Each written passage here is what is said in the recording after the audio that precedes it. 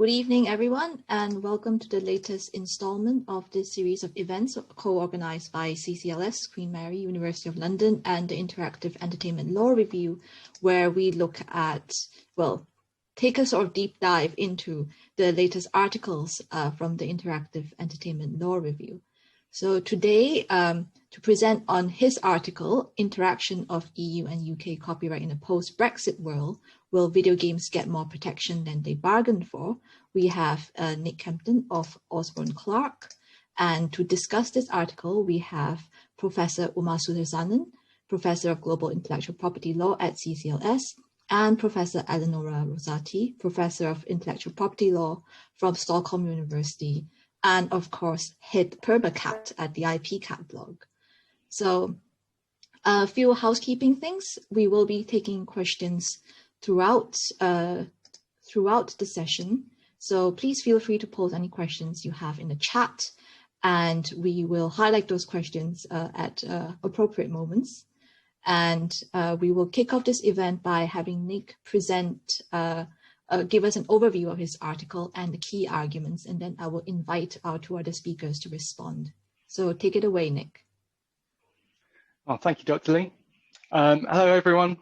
Lovely to be here. Just before I go into it, into the deep, dark detail, I'll just take it back to basics if I can. Obviously, the purpose of copyright is to protect the expression of the author's intellectual creativity. It's a powerful unregistered right that exists at a national level. UK copyright has a rich heritage and has been developing this law for many years, which has also been influenced by international treaties such as the Berne Convention. Traditionally, the UK has operated within a closed system of categories of works. So your literary, dramatic, music, and artistic. Artistic can also be broken down into subcategories, such as graphic works, photos, and works of artistic craftsmanship. Some of these types of works also have additional requirements under UK law. So for instance, works of artistic craftsmanship requires, among other things, aesthetic appeal. The approach to the categories of work in the UK has led to anomalies where subject matter which would be considered to have originality doesn't quite get protection because it doesn't fit into these specific categories of work. That said, I don't want this talk to give the impression that IP doesn't support video games.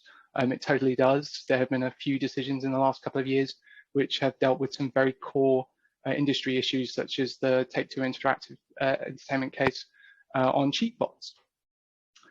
So my article looks at a comparative analysis between the UK's approach for copyright works against the EU's by reviewing the UK decision in Nova Mazuma, which is currently the only UK case that considers visual elements of a video game, against the CJU's decision in Coffermel.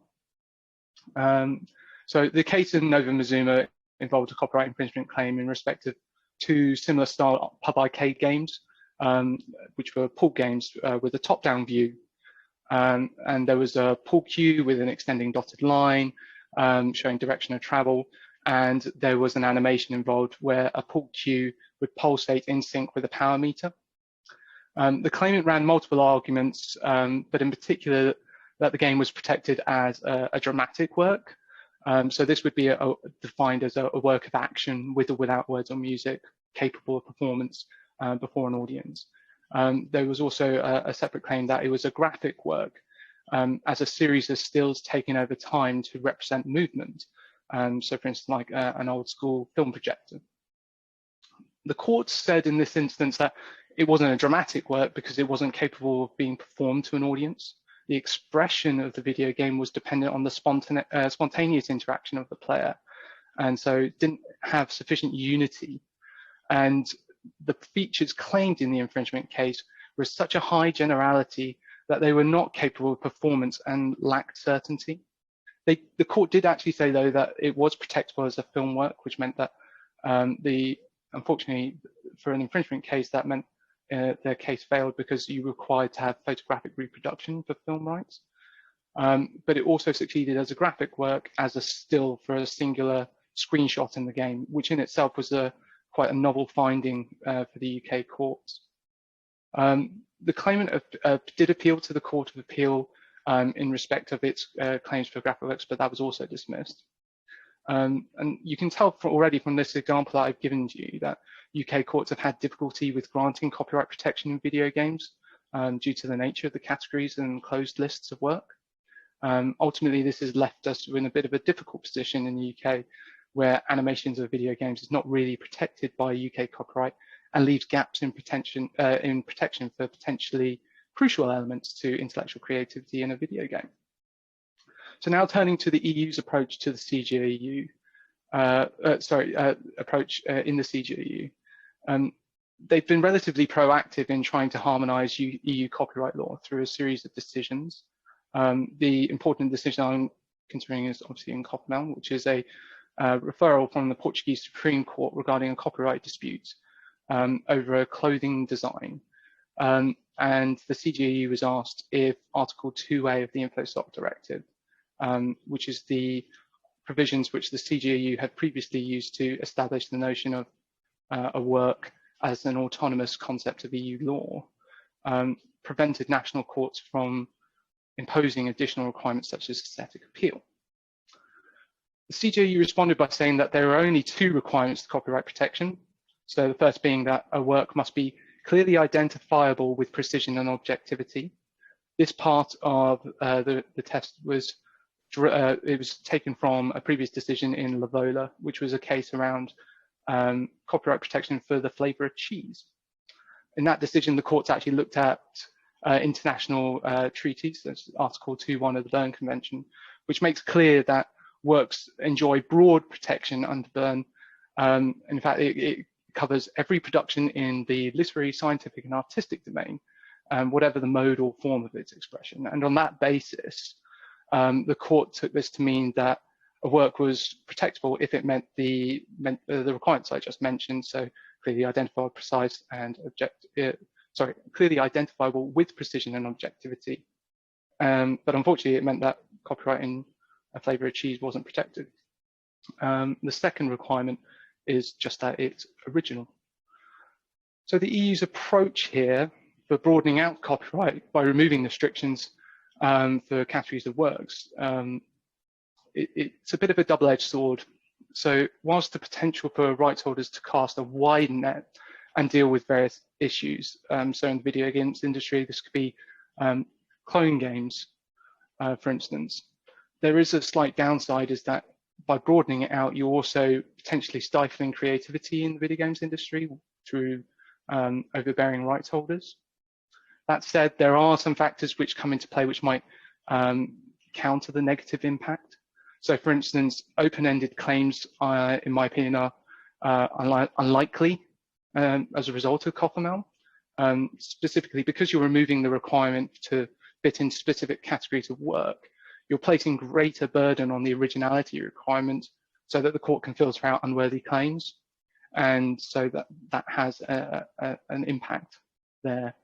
Furthermore, looking at it from a practical perspective in my article, you could potentially perceive a claim for an entire video game from two extremes. First is a very granular approach. So you're particularizing various elements in a video game, such as artwork, animation, level design, progression within the game. This in itself is quite an ambitious claim, requiring substantive amount of evidence potentially in order to establish originality and infringement in these sorts of points and features. On the other side of the spectrum, you'll have a much higher level of claim that is so broad that it will capture an entire genre. An example I used in my article was a game where players are parachuted onto an island in order to scavenge weaponry and eliminate players, whilst having the area of play restricted over time. And of course, this would basically capture every battle royale game that's out there at the moment.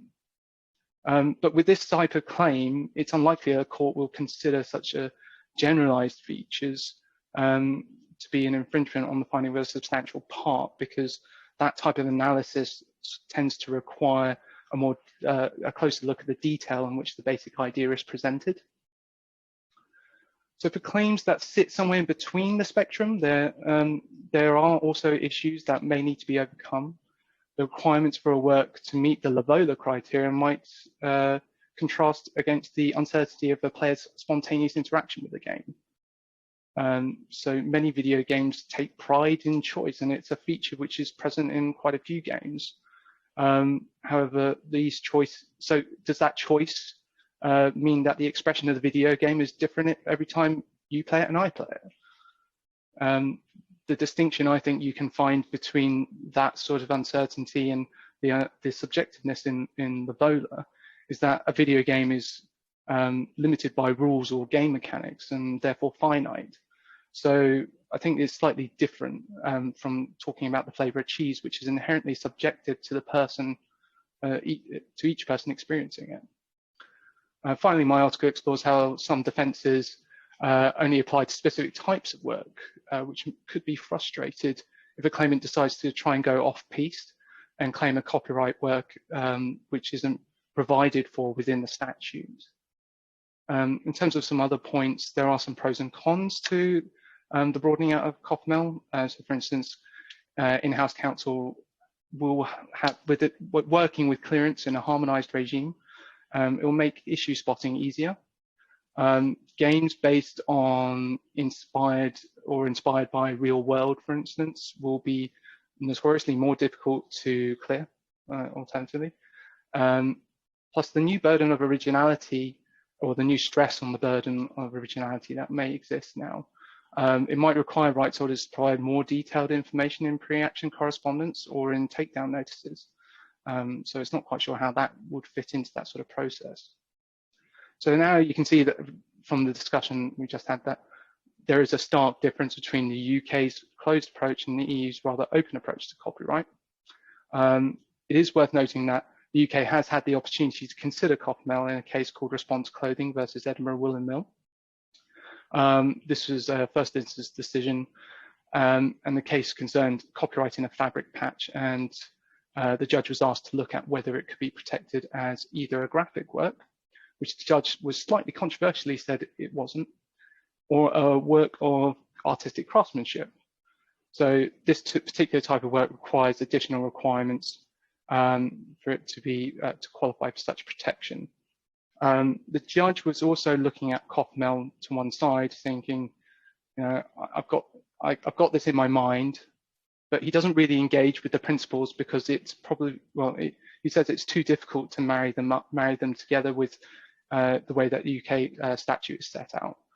So instead, the judge actually found that it was a work of artistic craftsmanship, and it qualified for protection almost to avoid engaging with COFML any further. So finally, the moment we've all been waiting for, because apparently this is how my talk has been presented to everyone, Brexit. So just when you thought it was over, well, now that the UK has left the EU, we have some parting gifts, including a lot of EU legislation that's been transposed into UK law with some exceptions, but also this principle of EU retained case law, importing CJU decisions into UK common law. These decisions can be overturned by either the Court of Appeal or the UK Supreme Court. So where does this leave us with COFML? Well, we've got a few options here. We can either adopt the decision and implement COFML using the Marleasing principle, which a lot of commentators have said is unlikely because it's quite difficult. We could overturn COFML, requiring a decision from the Court of Appeal or higher. We could instead interpret the current categories of work in a way which grants protection as different works. So for instance, the requirements for works of artistic craftsmanship could be lowered, similar to the approach that was done in Response Clothing. Or we could start opening up dramatic works more, and there have been some recent decisions, or more recent than Nova Mazuma, which indicate that that might be possible. And finally, we could get the UK legislators to intervene by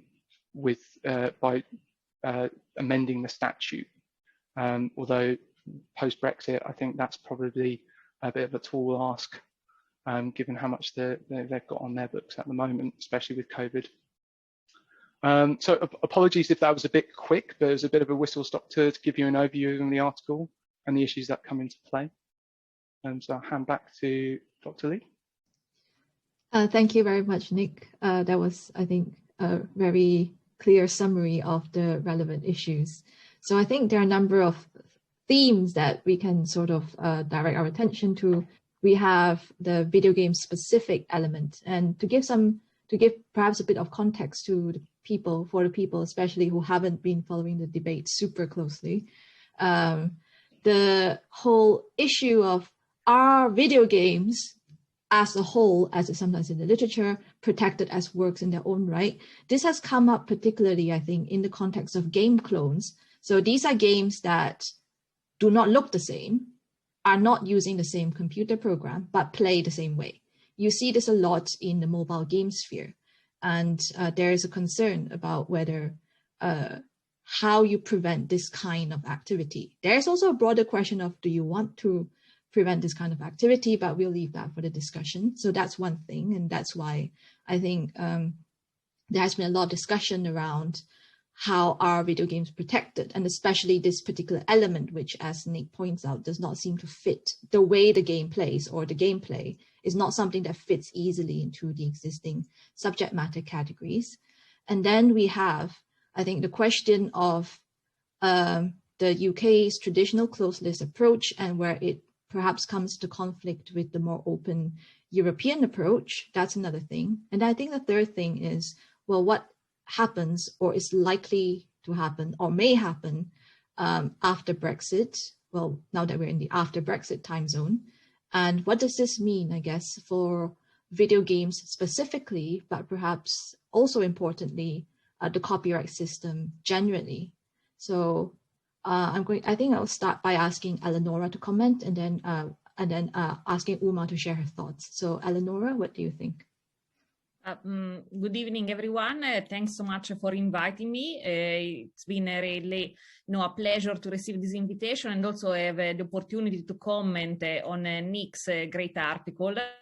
There is a lot of food for thought in there, so I invite everyone to read the article in full. It offers, very interesting insights. So you in ARN have raised 3 key points in your post Nick commentary, and let me address them in turn quickly, and then if there is something to elaborate further upon, I'm happy to do so. So the first point that you raised is what a video game is in terms of work. Is it a computer program? Is it something else? Is it a dramatic work? And this is something that, of course, from a UK perspective, raises a lot of question marks. But I will just point out to the fact that this has not been a challenge just for UK courts, but also for the CJU itself. In fact, in the Nintendo case, one of the questions was what a video game is, and the Court of Justice concluded that it is not pure software, so it does not fall within the scope of application of the software directive. It is a complex work which is subject to the regime of the InfoSoc directive. So I would say that yes, categories perhaps do not exist at the EU level, but it has been an issue also for the Court of Justice to try and identify what a video game is.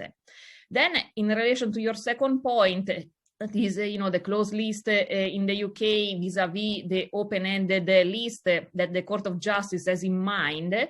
Here, what I would like to point out is the fact that COFEMEL is probably the culmination of a period of case law that was inaugurated by the InfoPac ruling in 2009.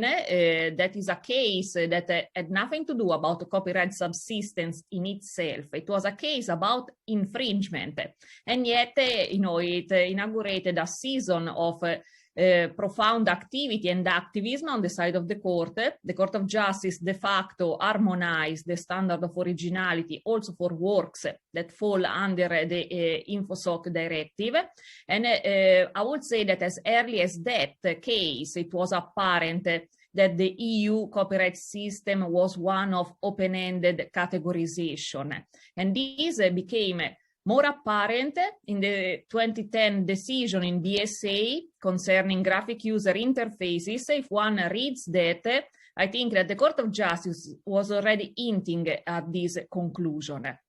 And then there have been other decisions which have elaborated on the concept of originality. And I would say that in this ideal timeline between BSA and COFEMEL, there was the FLOSS decision, a case that had nothing to do with video games. It was about indeed the interplay between the copyright and the design regime.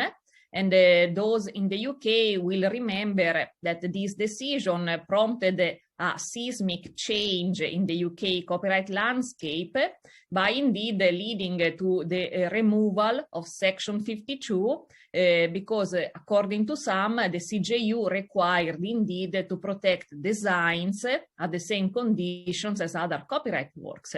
There was not unanimous commentary on this, but indeed this is the position that the UK government took.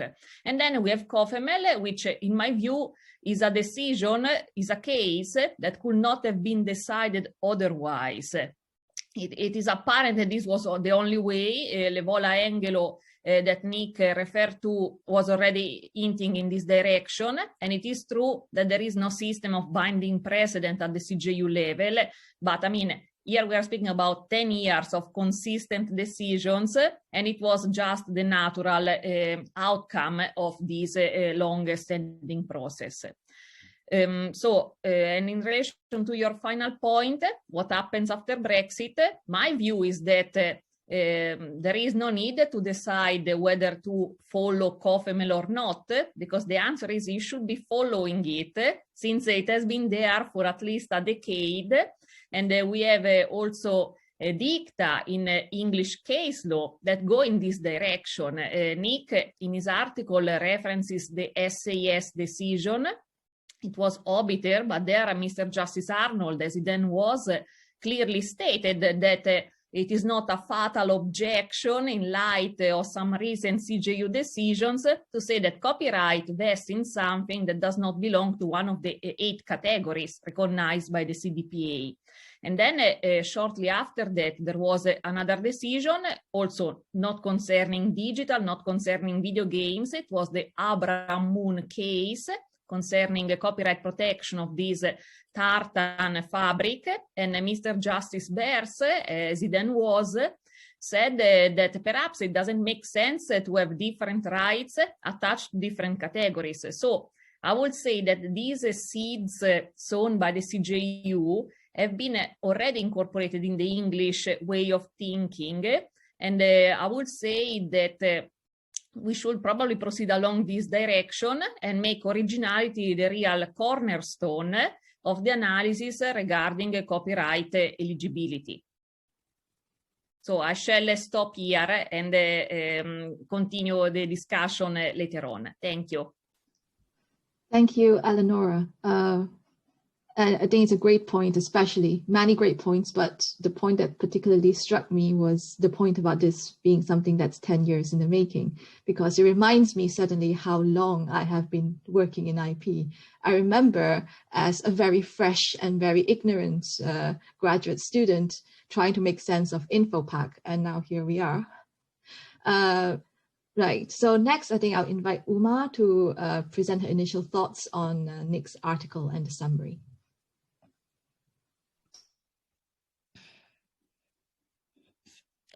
Yes, sorry, I had to unmute myself. Thanks, Harnley. Actually, thanks, Nick, for the article. As I told you, but I'll repeat it again to the whole world, at some points I was annoyed reading the article because it was so elegantly and cogently argued in very little words. It's so succinct, and it does bring you up to date very quickly on this whole area of law, which can be a bit of a nightmare. And I wanted to just concentrate on 3 points, which I think the article does bring up, and perhaps to also invite other people as well to join in. First of all, reading the whole article and also listening to what Eleonora was saying as well, there's never been a disjunct between technology and copyright. Indeed, copyright law since the late 19th century has just widened and widened and widened for every new type of subject matter that's come out, from photographs to sound recordings to computer programs to films. And there is no reason why video games should be eschewed or be left out of the copyright party. Absolutely not. And the only reason it's out of the party may be due to several things, which I'll come to at the end.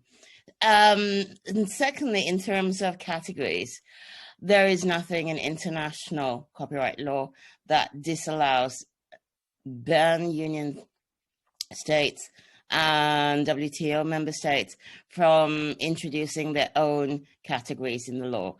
And indeed, it always strikes me as rather odd that the United Kingdom, for a government that has lauded the creative industries, whether it be Labour or Conservative government, has been so reluctant to open the act up to introduce new categories, especially when it's so important for, the socioeconomic infrastructure. And as Nick has put in, I can't recall where we are, but apparently it's very high in our GDP in terms of video games in the United Kingdom.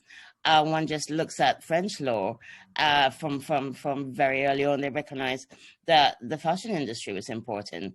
And French law is an open category law, and yet they have a specific provision for fashion accessories because it is that important. And if you look at other countries, for example, a lot of Caribbean countries, because all the works and the dances that come from Carnival is that important, they have introduced specific categories for works of mass, for carnival dresses and etc. So it's something really interesting, especially when we go to post-Brexit, as to how the industry and how lawyers and how all of us try and convince the governments and the courts to do something about our conservatism. And it's extreme conservatism in relation to categories. The next thing that does strike me also reading Nick's article, and you do a very lovely, gliding, elegant discussion of the juxtaposition of works, categories, originality, and idea expression in UK law. And then Eleonora also, thanks for reminding me about all these, the fact that it's a 10-year legal rule in the making. What has struck me from my own comparative studies is that, again, other countries are a lot more dramatic and risky in pushing categories. So, for example, Germany, with its strict criterion supposedly of originality and personality, has nevertheless lowered it several times in order to protect works of little or no creativity. Or they use the related rights category easily and have protected published scientific editions where there is no personality or originality, and indeed photographs. They play with a whole category of authored works and related works, which we don't play that often because we're so stuck in our category-based system. And ditto other countries as well, like Scandinavia and Netherlands. And of course, yes, you are right. We have used categories in order to make sure that we don't protect too many things, which are perhaps functional. And so I come to the final point, functionality, which is a rather large concept that sits around copyright law. Other countries have averred to functionality. In the United Kingdom, I think you have a discussion, and a very interesting discussion, and you see it quite clearly in the Court of Appeal decision of Lucasfilm and Ainsworth, the Star Wars film, in relation to how they have to grapple with the notion of works of artistic craftsmanship. And it's obvious that courts hate doing aesthetics or determining what is artistic or not, because that is so subjective. And of course, we have the very early 1975, decision of Henshaw versus Westerwile, where the House of Lords came up. Well, that court was really interesting. And I do tell my students who really want to read a lot, and if they have insomnia, to read all 3 tiers of judgment, because with the first tier, 3 Court of Appeal judges and then 5 House of Lords, law lords, you have 9 versions of what is a work of artistic craftsmanship, because every judge, even though they weren't an IP expert, felt that they knew what art was. And of course, it is hilarious, and yet I think very frightening for lawyers to tackle that category. So good for Response that they went for that, and they managed to lower it. But the only way to tackle work of artistic craftsmanship, I think, is to look at Lucasfilm versus Ainsworth, and realize that it will come down to it is artistic if it's not functional. And that's a very difficult sort of test. And indeed, that is the sort of test that courts go into. That's what the US Supreme Court and the circuit courts sometimes fall into when they're doing what is, a utilitarian work, when they have to do their picture, sculptural, graphic work, which in the United States courts is the one you look at for fashion, etc. It is a tricky one, functionality. And you see that functionality cannot be avoided when you read Coffermel as well, because the court was very clear that we have to, when we look at, is it a work, is it original, you have to look at choices, and you have to see what the creative space is, and therefore you will have to see, is it only about ideas, is it only about facts? But that is okay, and I think lawyers should actually push British courts to look at it, because it's an international agreement as well. It is part of idea expression. It's just not been litigated enough, I feel.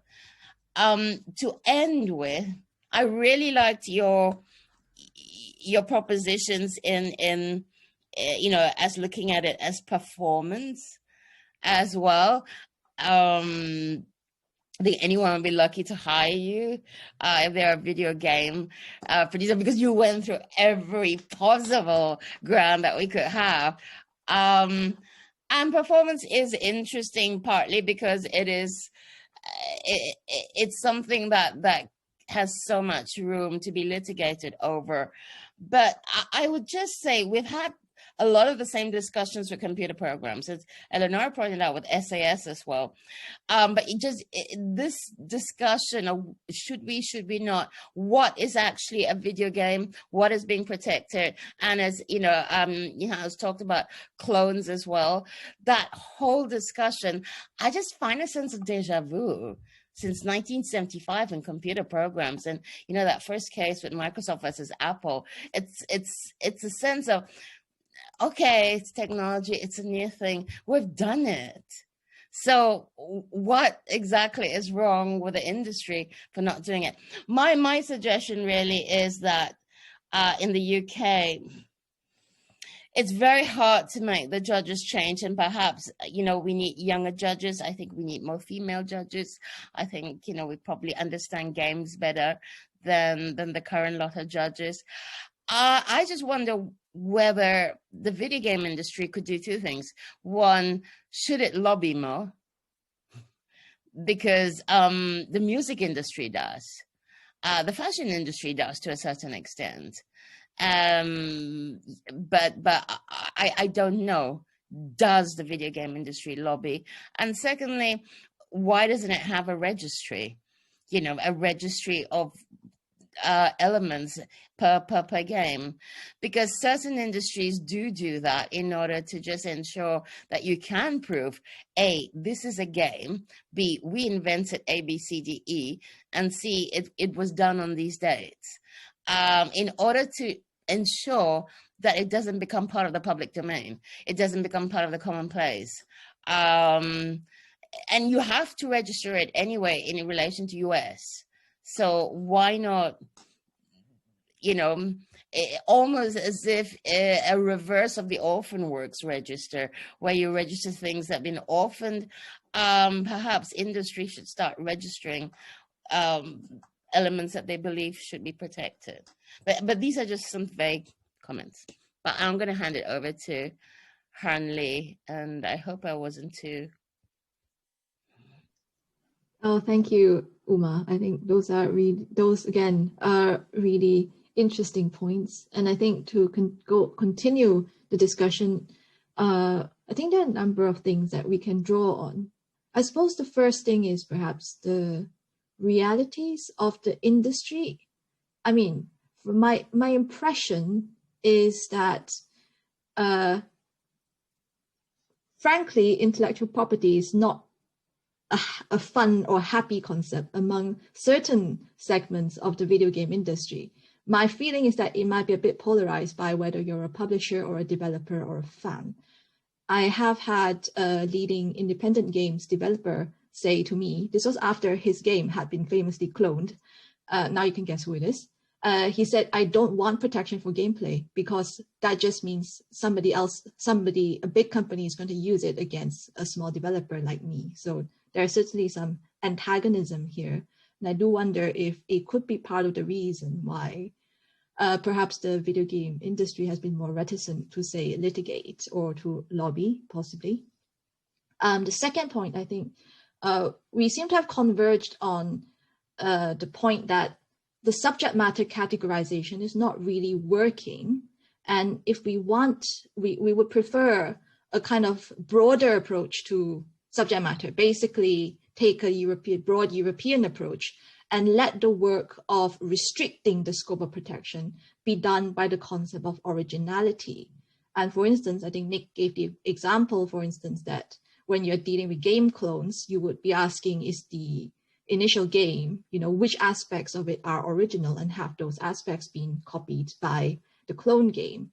And that would, in principle, sort of get you past the whole, well, is gameplay an idea? How much of it is too abstract, and so on.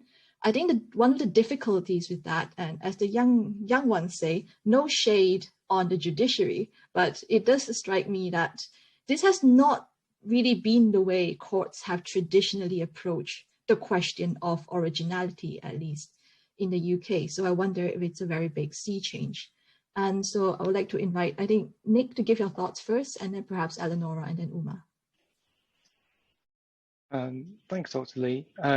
So on the first point, I think you are right in saying that the video games community are very polarized when it comes to IP rights. It's not been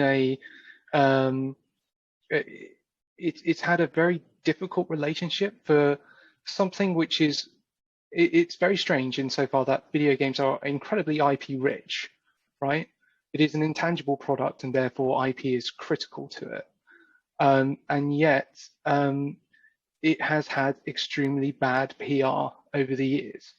Some of the examples that come to mind are, for instance, it's not a copyright issue per se, but there was a big hoorah when King tried enforcing a trademark for candy against third parties using candy in their apps. And obviously there are clear infringement issues with that, but they were acting well within the rights of the law, from my point of view, looking at the case from an external party looking in. And yet you saw a huge backlash from the community. You see equally very, I call them Twitterati sort of people who feel they are entitled to these legal opinions without having any legal education about it. But they come from communities who try to rehash old video games. So the classic one is that I've seen recently is GoldenEye, being done on more up-to-date Unreal video game engines. And when a C and D gets sent out because they've just redone the whole game, they go up in uproar going, what's all this IP about? But at the same time, I do appreciate that's like, especially in the mobile games market, it is quite a fragile market, because one person who creates an original idea is also another person who is inspired by someone else. And so you are disturbing quite a fragile balance in the mobile games market by expanding copyright protection. In terms of how the UK approaches originality and not really using it as a filtration mechanism, I think that's right. I mean, if you look at Response Clothing, they didn't even take evidence from the author on originality, yet his Honour Judge Haycon found that it was original. I think perhaps you could also say that the categories of work were used as a filtration function to begin with, and therefore that it wasn't necessary to look at the originality threshold, because it was always considered to be quite a low threshold. Before it was the author's own intellectual creation, it was skill and labour, and that was a low hurdle to get over. So, and if you look at Lucasfilm, I think it was the Court of Appeal decision, but or it might have been the Supreme Court, but they said that the reason why they add these additional requirements to, say, a sculpture is because they are granting an extremely long term of protections, life of the author plus 70 years for this sort of thing. And so there is in the back of the mind, I think the judiciary are thinking, is like, do I really want to give that time of protection for something which is it really a sculpture? Is it? And so I think the fact that they've had the safety net of the category of works to sort of disregard these sort of claims which are probably a bit far-reaching.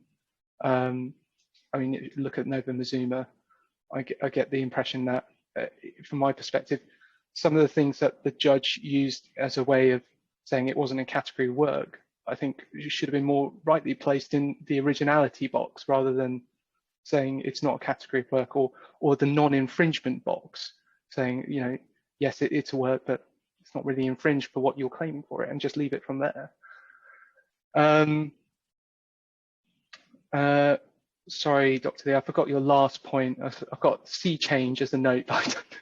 Oh, yes, this was just basically, if the argument is that originality should be taken more seriously, how do we think it's likely that judges will be persuaded to take it more seriously?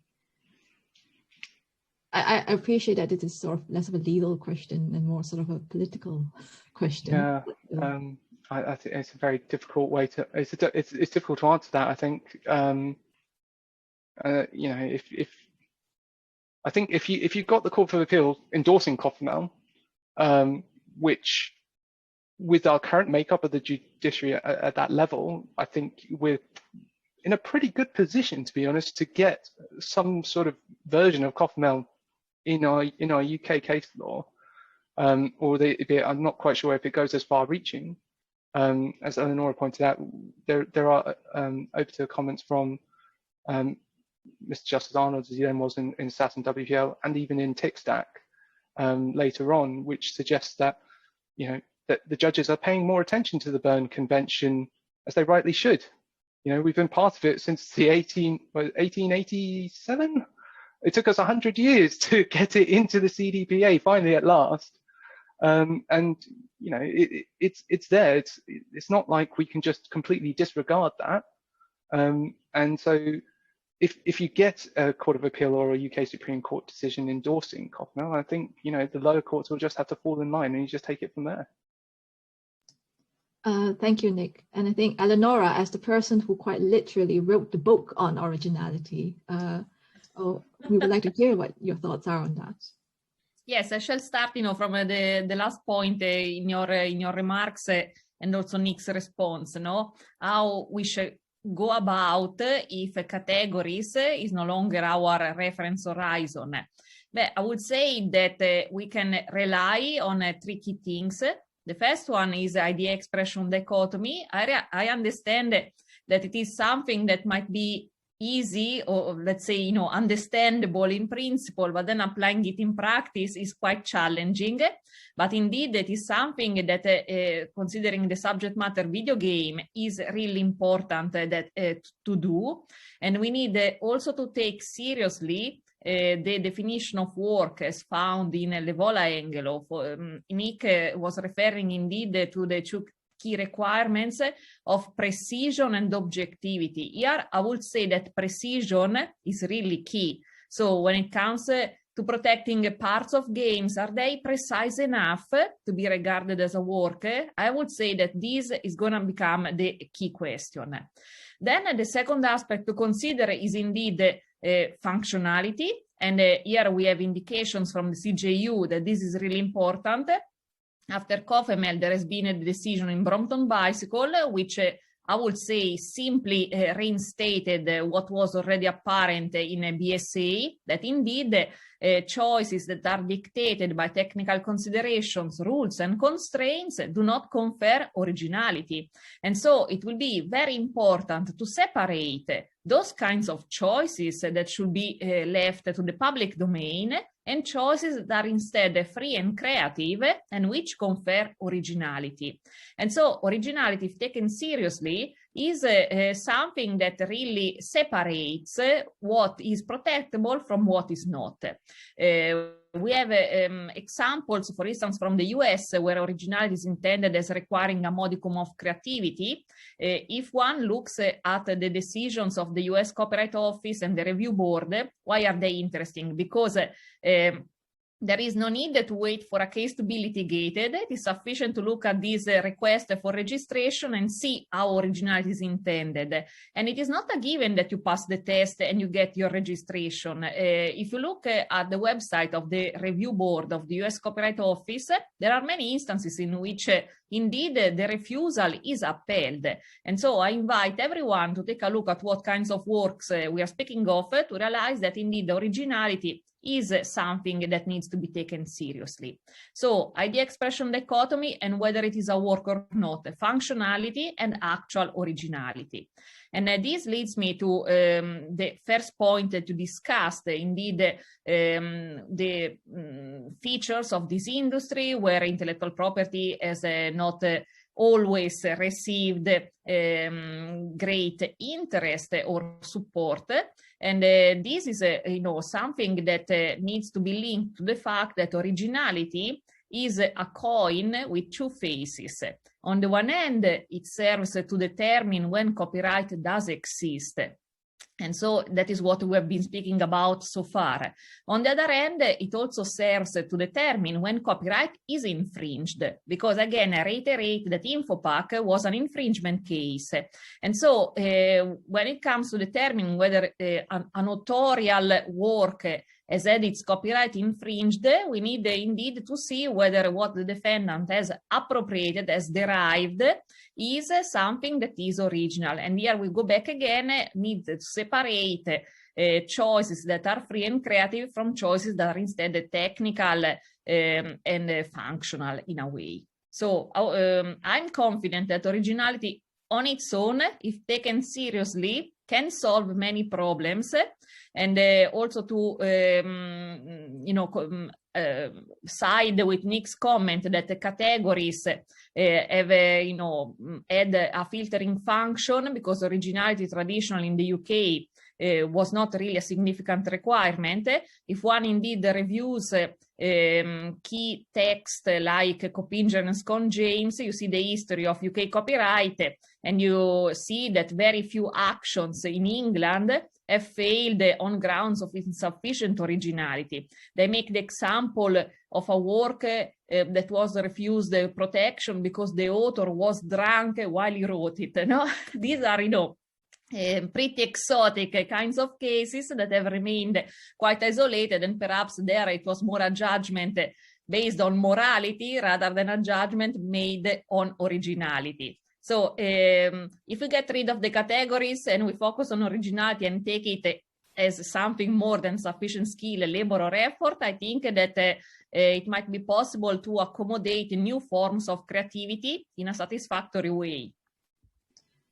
Thank you, Eleonora. I think that's a really relevant point about, historically how the UK courts have approached originality.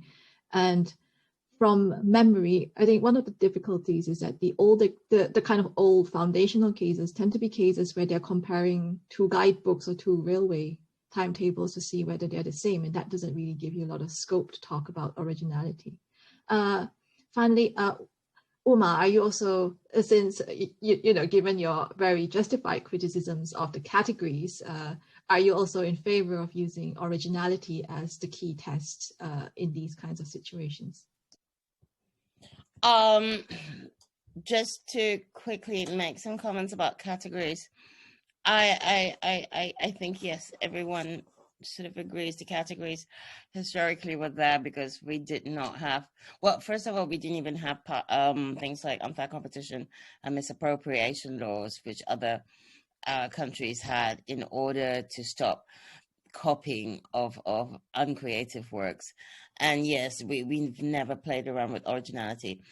But just to come back to what you said, the old cases on catalogs and railway timetables, Catnick, one of my favorite cases, Catnick, House of Lords, 1940 something, one of the few cases that really actually comes the closest to discussing originality in terms of how the French discuss it. It talked about choices. It talked about the fact that something has to be there. It goes very close to what the US comes, to in Feist, without using the words modicum of creativity. But it's the only case where the judges did come close to discussing originality. I have no idea why we stopped looking at originality. In terms of categories, yes, if we follow the EU way, we would not pay attention to categories and would go for originality. However, one has to note that's really controversial. You have a whole school of academics.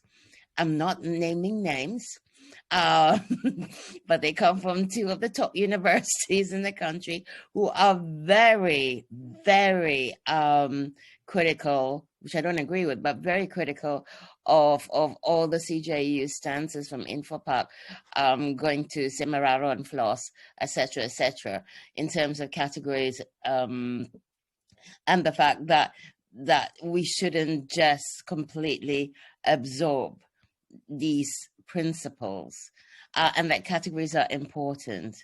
The third thing about the categories, I think, Nick, as someone said it, and I just wanted to say that's a really good thing for courts or judges, but basically for lawyers to do.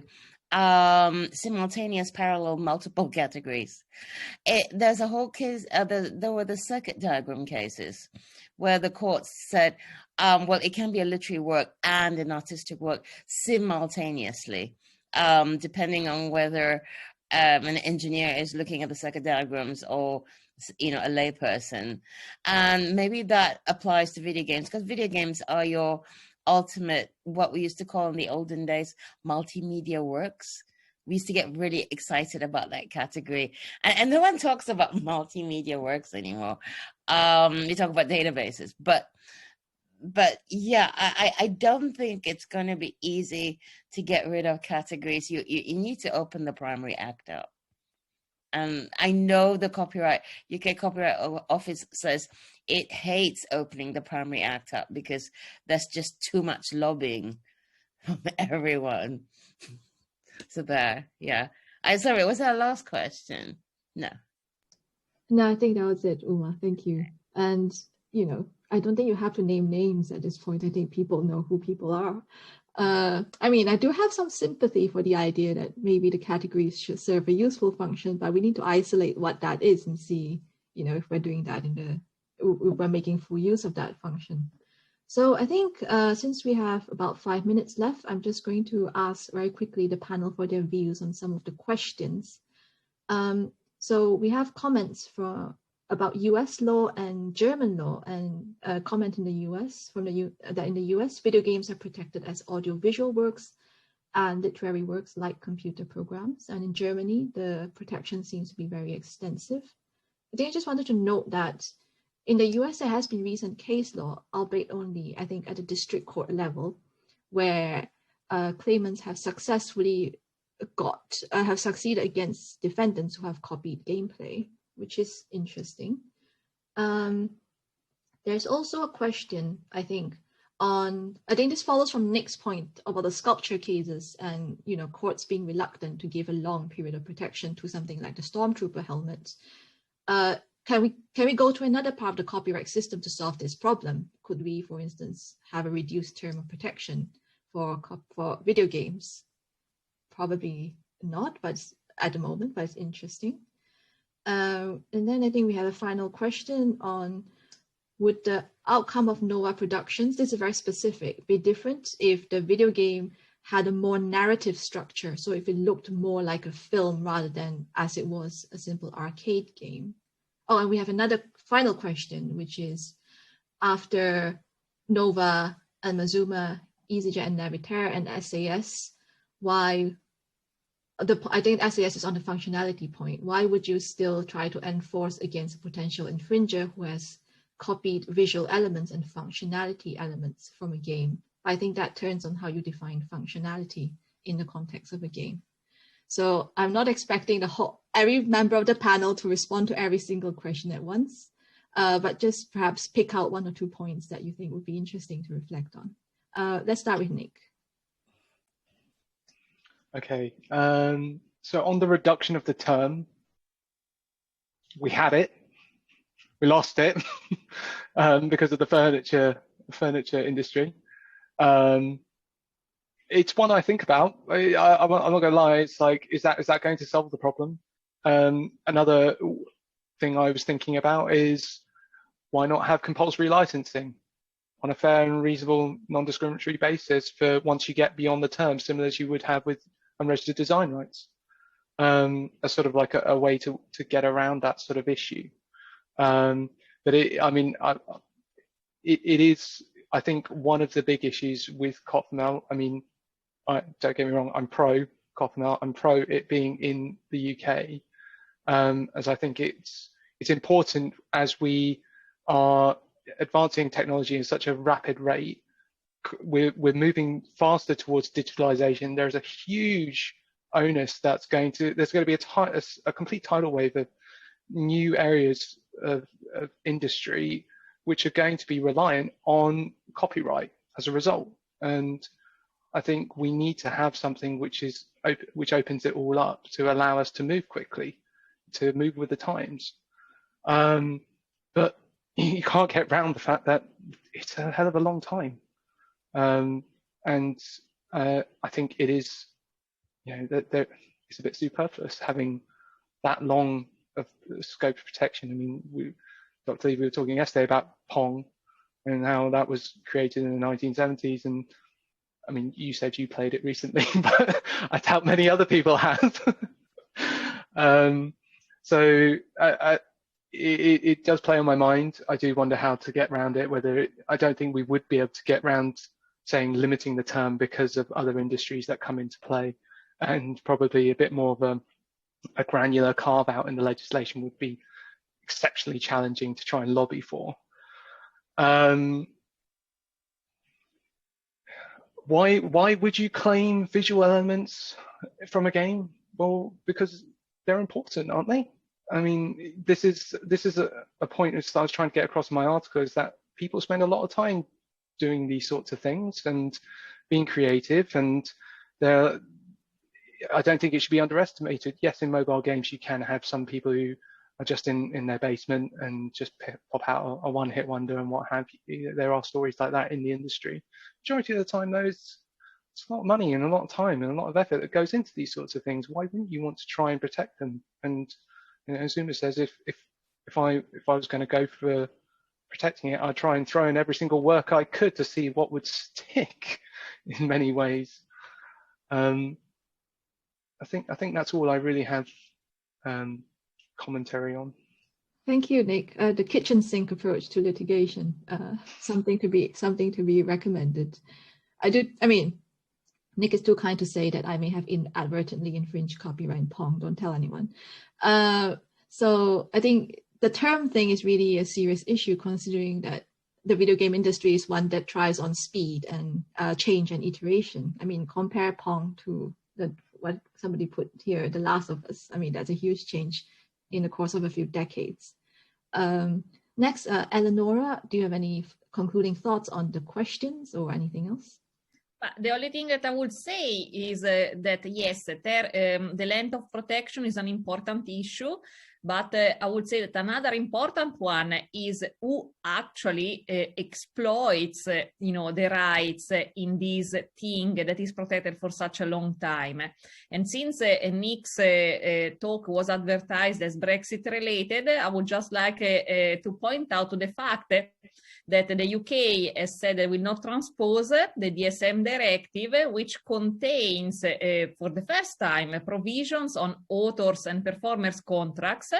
And what is, interesting is that authors of computer programs are excluded from these provisions. So, indeed, how we define video games, what they are, will be important for video game developers across Europe who will be able to enjoy these provisions. For those in the UK, I guess that an argument can be made whether similar mirror provisions should be also introduced in this country outside of the transposition of this EU legislation. Thanks, Eleonora. And Uma, finally, we're giving you the last word. Do you have any concluding thoughts or comments on the questions posed by the audience? No.